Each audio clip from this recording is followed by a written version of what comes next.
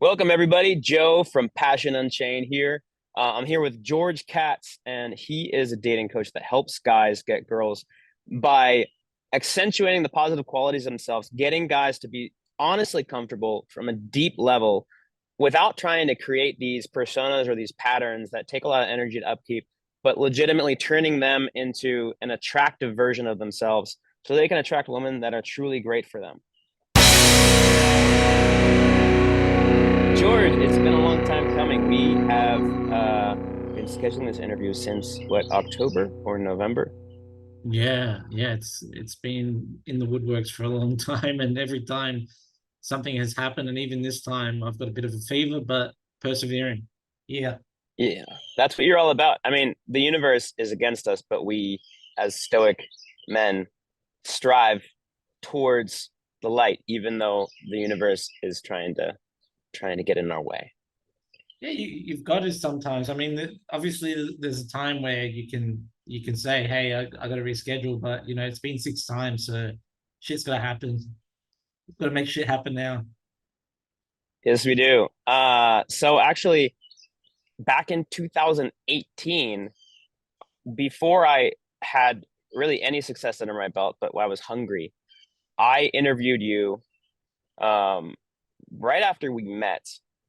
And at the time, you described yourself as a character coach. And I did coaching with you since then for a couple of years. And you helped me with my character.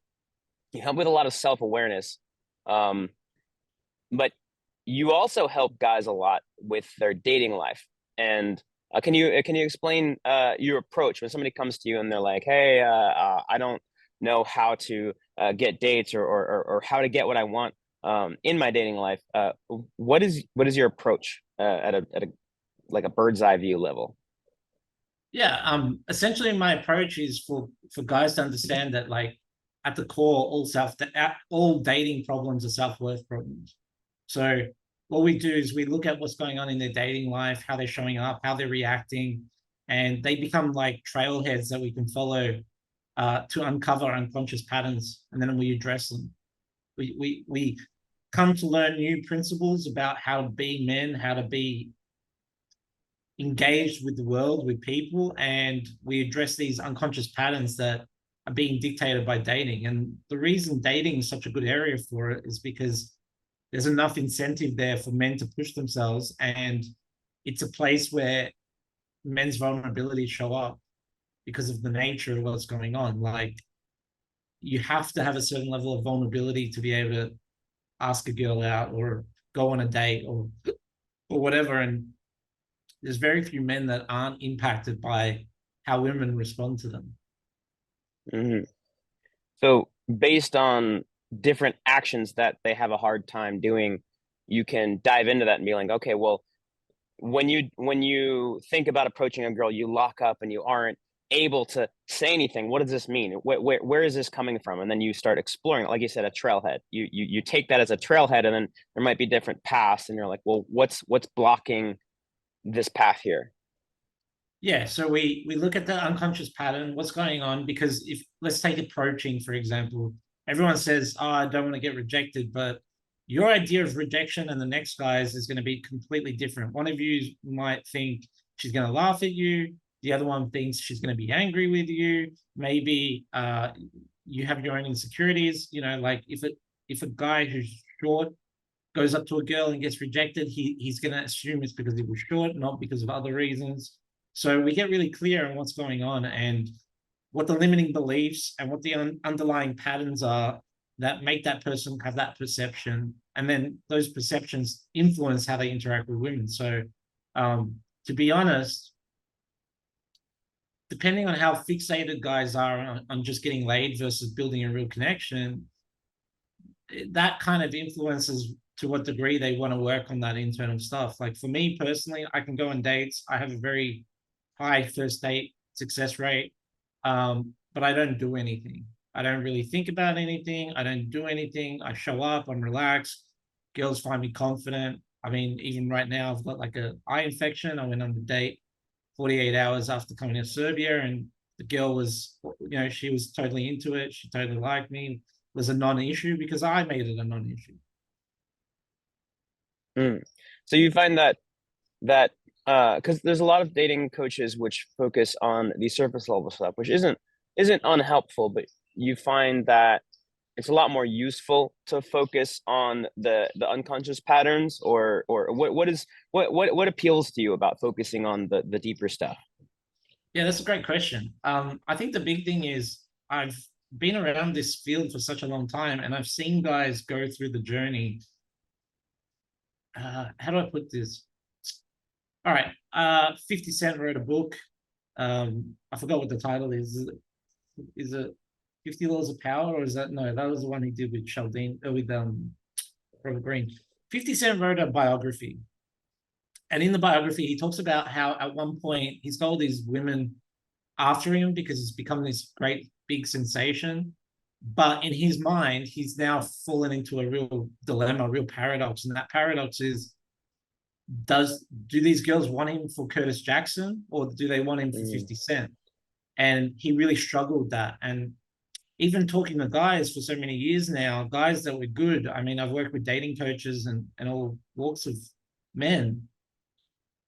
A lot of them end up in a situation where they get results, but they still feel like, well, does the woman want me for me, or like for the person I'm conveying, that I'm portraying mm, to her?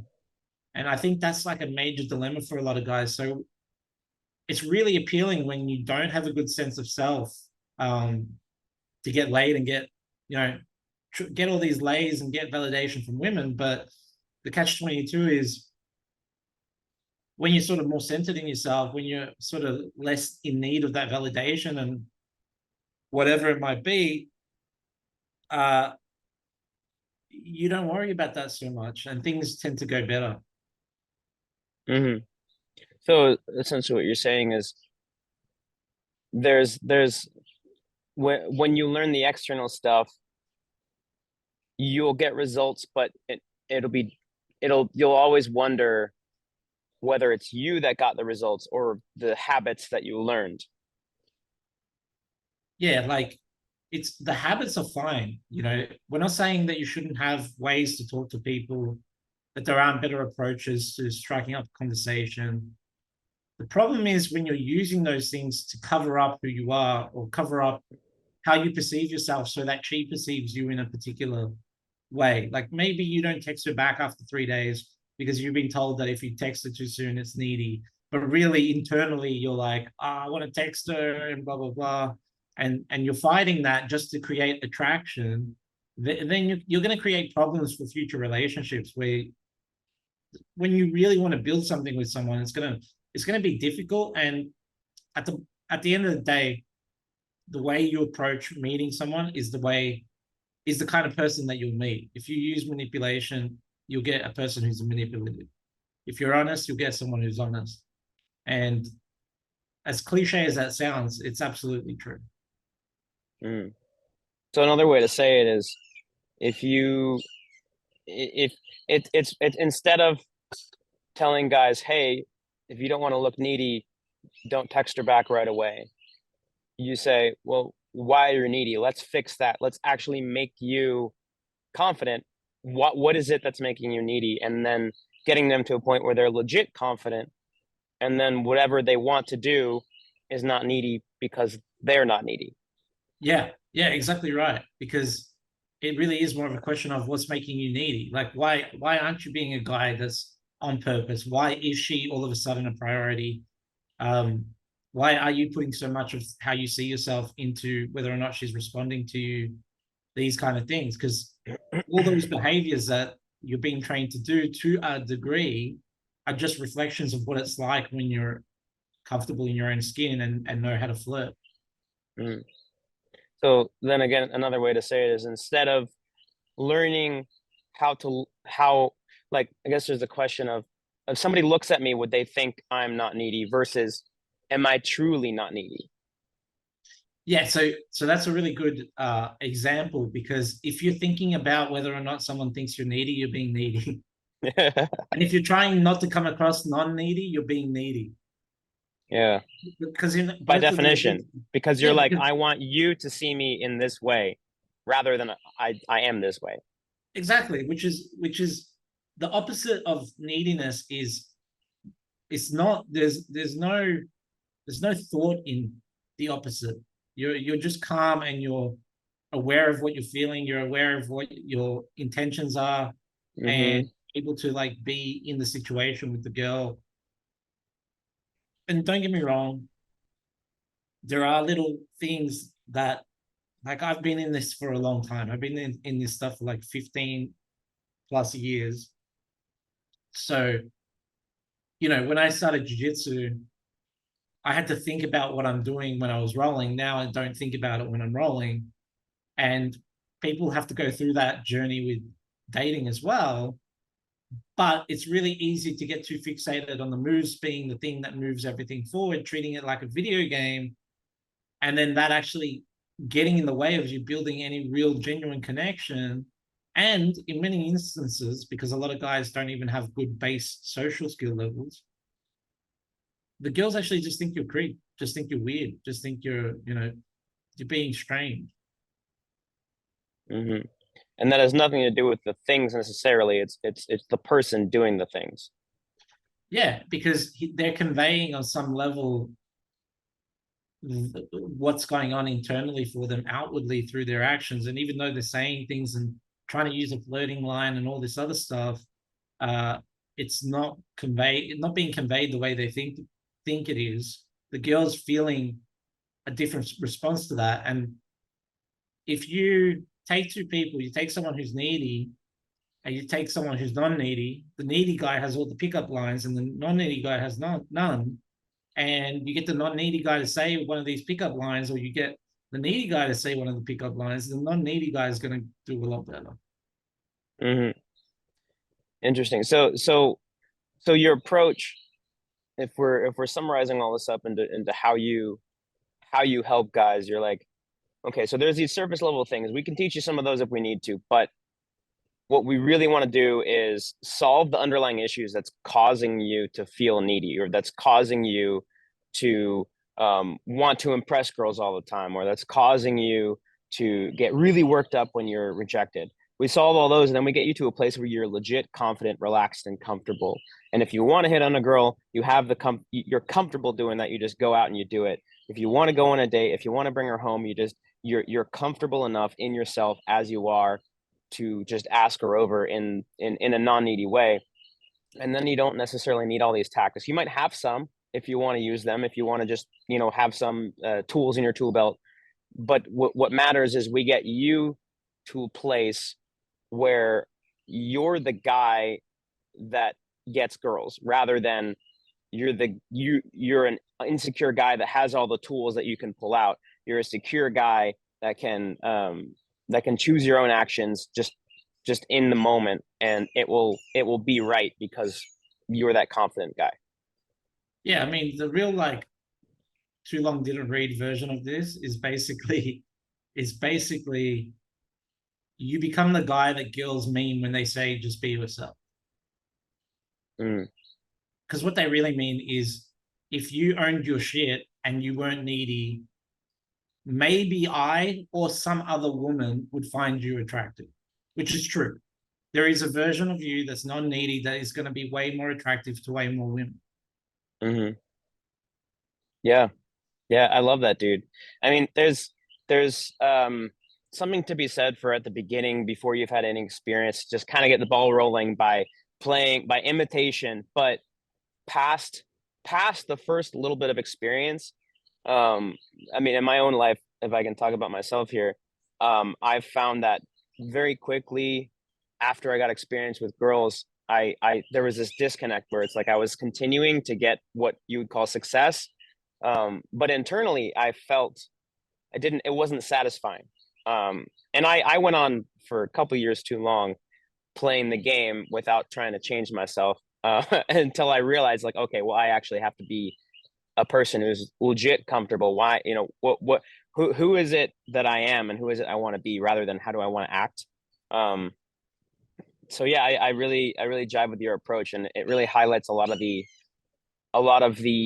people out there who teach perpetually trying to feed into a persona.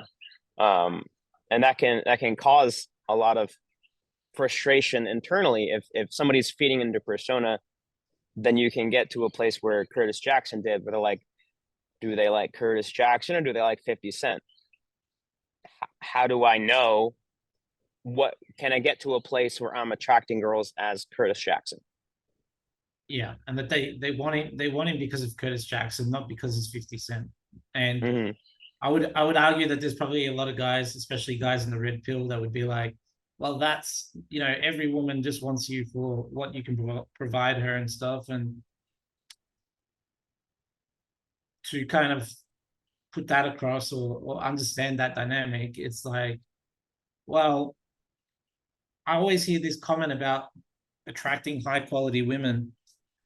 But the reality is, the way people use that term is to describe a woman that's like really physically attractive. Let's be honest. Like when guys are like high quality, all they're really saying is she's really hot, and every other guy would be jealous if I was with her. Like that's Mm-hmm. the baseline for high quality. And the reality is, high quality is not her job or her looks. It's how she acts as a human being. And combined with those other things. I'm not saying those other things are not important, but combined with those other things. And the reality is, if you look at the dynamics that we're in right now, a lot of the red pill stuff, and by all means, if you want to not go there, we don't have to. But a lot of it is reactionary because we've let women become the gatekeepers not only for sex but for relationships. Men don't say no to women because their only criteria for a high quality woman is that she's really good looking and nothing else, and then they like subordinate to every other problem Mm-hmm. that comes with that, whether she's got an OnlyFans and they don't like that, or whatever it Yeah, might be. She's just a shit person that doesn't like respect you at all and doesn't appreciate your boundaries or whatever it might be. And guys don't say no anymore. So then there's this whole reactionary thing, because when guys don't say no, they're people pleasing a lot of the time. And when they're people pleasing, they're creating covert contracts with these people. And then when that person screws them over, where it doesn't work out, they end up resentful. So then they're like, mm-hmm.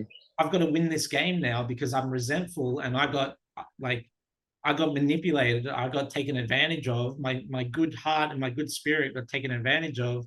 And now I got to play that game because I don't want that to happen to me again with another woman.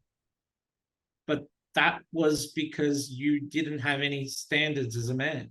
You weren't willing to say Mm-hmm. no. Like, her having a pussy and being attractive shouldn't be the base standard. So 100%.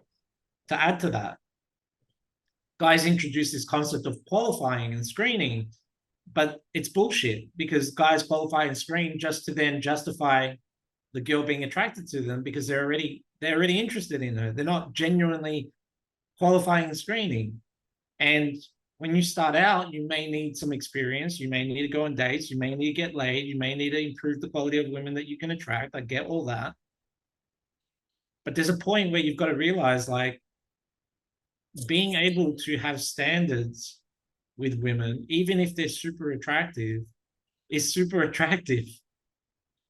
Mm-hmm. So is the difference between qualifying and screening to go through the motions of what an attractive person would do, or legit having standards, be like, well, I want to make sure a woman treats me well, a woman has good, isn't manipulative, a woman has things going on in her life, a woman is physically attractive, has these qualities that I want, and that's what I legitimately want because those are my standards, rather than like the other version, which is like, I'm going to go through the motions of qualifying because that's what I would do if I was attractive. Exactly right. That's you couldn't have put it better. And it's like stages of evolution as to how you engage with women, like from a attraction standpoint. Like, if a girl brings drama in my life, doesn't matter how attractive she is, she's out. Mm-hmm. Because I just don't do drama. Like, Yeah, attractiveness is a one of the things you're thinking about, but it's not the top because you'd rather a girl that you're attracted to enough to be with, who treats you well, than a girl who is, to use the 1 out of 10 scale. Like, you'd rather a 7 or an 8 who treats you well than a 10 who treats you like shit. Exactly, exactly right. And just to be clear, I'm not saying there aren't tens out there that are high value Yeah, people. 100%. They are, but they're the exception, not the rule. They're not all the girls that you're meeting in a nightclub because you've gone to pick up and you're out there buying bottle service and they're hanging out at the nightclub every night. And if that's what you want, if you just want the fun and to get laid and to prove to yourself that you're an attractive dude, I get it. That's a phase that you go through. But in my experience, almost every guy who doesn't end up becoming a pickup coach really just wants a true connection. They want a real Yeah. connection. I've gone through a journey this past year and a half or so. Excuse me. Focusing on my business, I let my dating life go a little lax, but I met this girl who treated me well. I really, really liked, to a lot of extent. And there are a lot of issues, and right now we're actually in a limbo stage where I have to do some deep soul searching and see what I truly want in my life. But for a year and a half, we dated, and we got really close. And I was like, you know what? This girlfriend thing, I really liked the girlfriend experience. And it was kind of a light bulb for me. I accidentally fell into it because she showed me that's what she wanted, and she was a high quality. She treated me well. She continues to treat me well.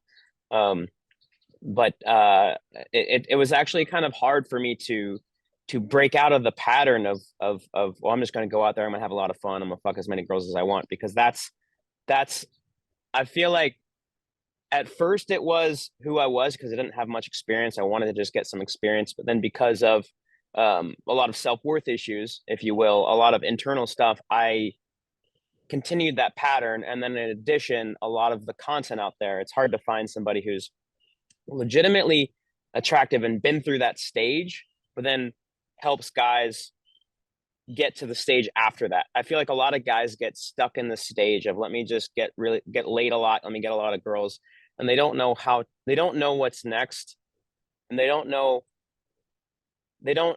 mean, because there's also a lot of the issue is, I feel there's a lot of dating coaches out there who haven't gone through the stage of attracting a lot of women, and who may have moral judgments about sleeping with a lot of women, and so they try to skip that stage. Not necessarily every guy needs to go through that stage, but these guys, maybe they should have gone through that stage, and they skip that stage, and they're like, I'm going to teach you how to make connection as a great guy, as a moral guy who isn't one of those guys that objectifies women, because they have moral judgments about that. But what I liked about you when I worked with you, is that you don't have moral judgments about sex and about just having sex and going for attractive women. You're just talking from a practical perspective, from an internal perspective. The consequences of that is XYZ.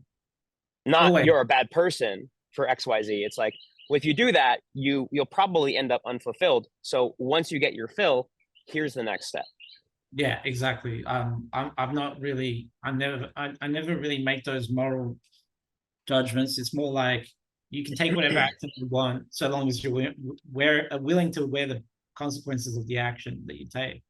Are you going to own the action? If after you sleep with 100 women, you're 35 and still empty and struggling to make any real connection and feel, it's the same. It's the same with women that become OnlyFans or strippers or whatever, and then they become 35 and they realize they missed their window. Like, we have to realize that the decisions we make have an effect. They impact us. They can prevent us from getting where we want to go. And the reality is, today more than ever, it's really easy to get laid. It's hard to find real connection, but getting laid is super easy. It's ridiculously easy to get laid, because the frame of reference that is going on right now is, we should all be hedonists and we should be all self-entitled and we should just do what feels good. And it's so liberating for women to just give their body over to whoever and do it because they want to. Yay, let's do that. And the truth is, it's not hard to get laid. It's really not. But getting a genuine connection with somebody where that person actually wants to spend time with you again, that person's going to open up to you, that person's going to connect with you, that's hard. Today, especially.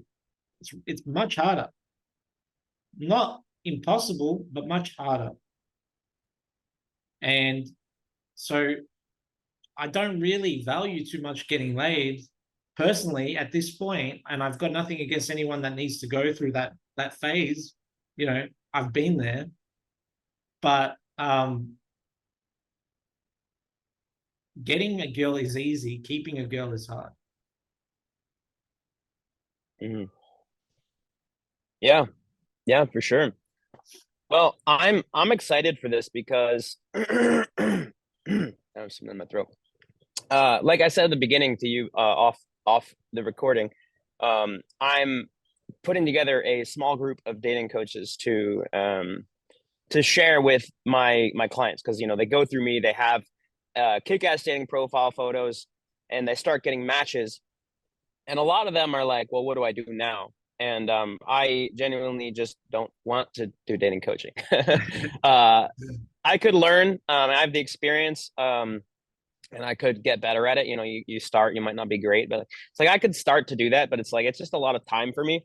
So I decided to just, well, I know some people. Why not just talk to them and get them on board and have them, people that I know, that I trust, that I've had experience with.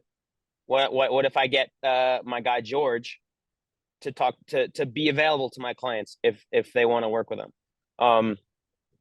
So you do remote stuff. I mean, you're a nomad, so you are available to anyone anywhere, as long as their time zones work out, which isn't that difficult. We made this work out. Um, is there anything you want to say to people who potentially want to work with you?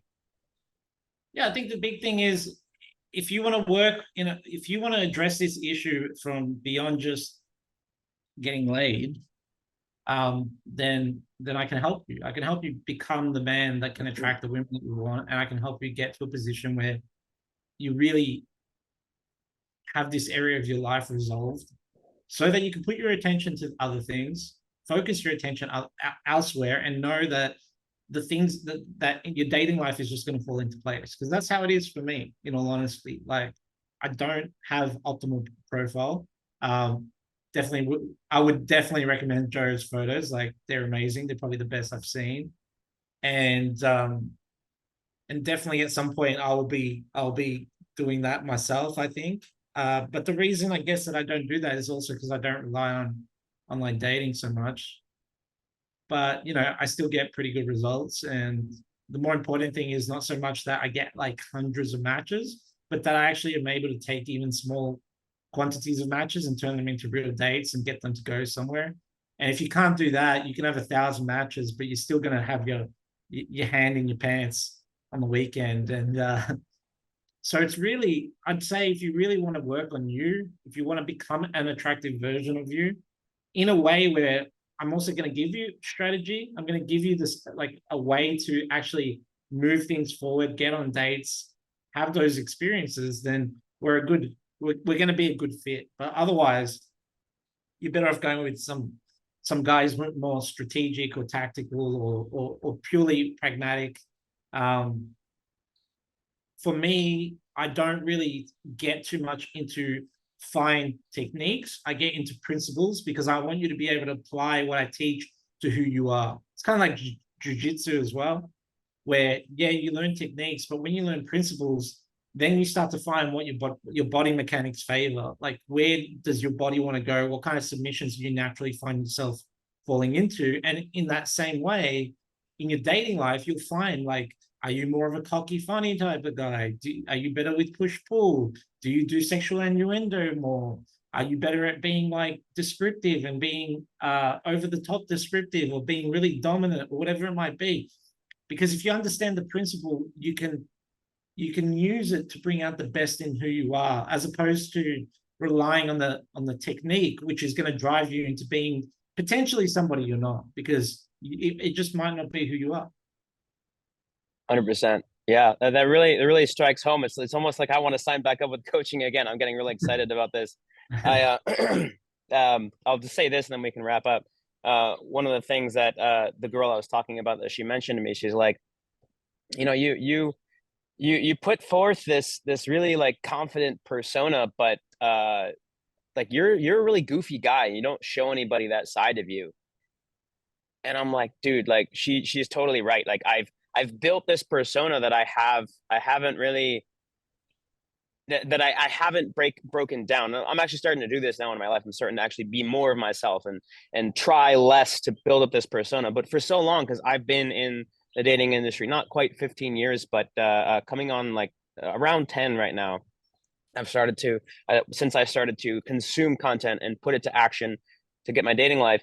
And I've built up this persona of like, oh, I'm this cool dude who's like who you want to, who's definitely attractive and kind of like aloof a little bit. But I've found that people, not just her, but people are reacting to it not in the way I intend because it's a crust on the surface. I'm not really showing what's underneath, and you can truly attract women when it's the same thing all the way through. And if you are truly that guy that wants to be cocky and like wants to be that person, then that's the persona that will show because it's who you are. But if you're that silly funny guy that maybe throws a couple innuendos here and there, but like you might seem submissive to some other guys, but you're this attractive fucking dude that girls laugh at and they like and they want to get close to. Like that's another personality that might be your natural thing. And if you build something off of who you truly are, then it doesn't take energy to keep up. It's just an extension of it.